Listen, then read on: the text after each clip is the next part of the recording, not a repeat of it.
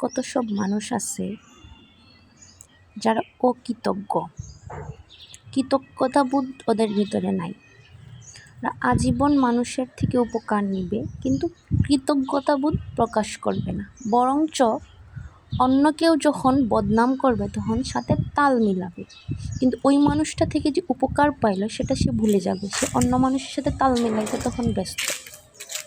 আরেক ধরনের মানুষ আছে বিবেকহীন, এদের বিবেক বলতে কিছুই নাই, এরা স্বার্থপর টাইপের।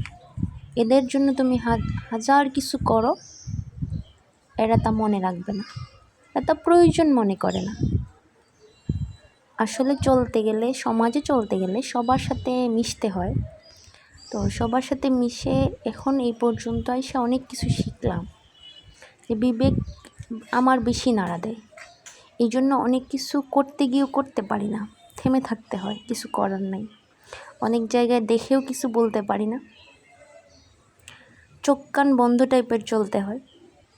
পৃথিবীর মানুষগুলো কেমন জানি অদ্ভুত, স্বার্থপর। যেখানে স্বার্থ আছে সেখানে চলে যায়, যেখানে স্বার্থহীন ওখানে এক কদমও তারা আগাইতে ইচ্ছুক না।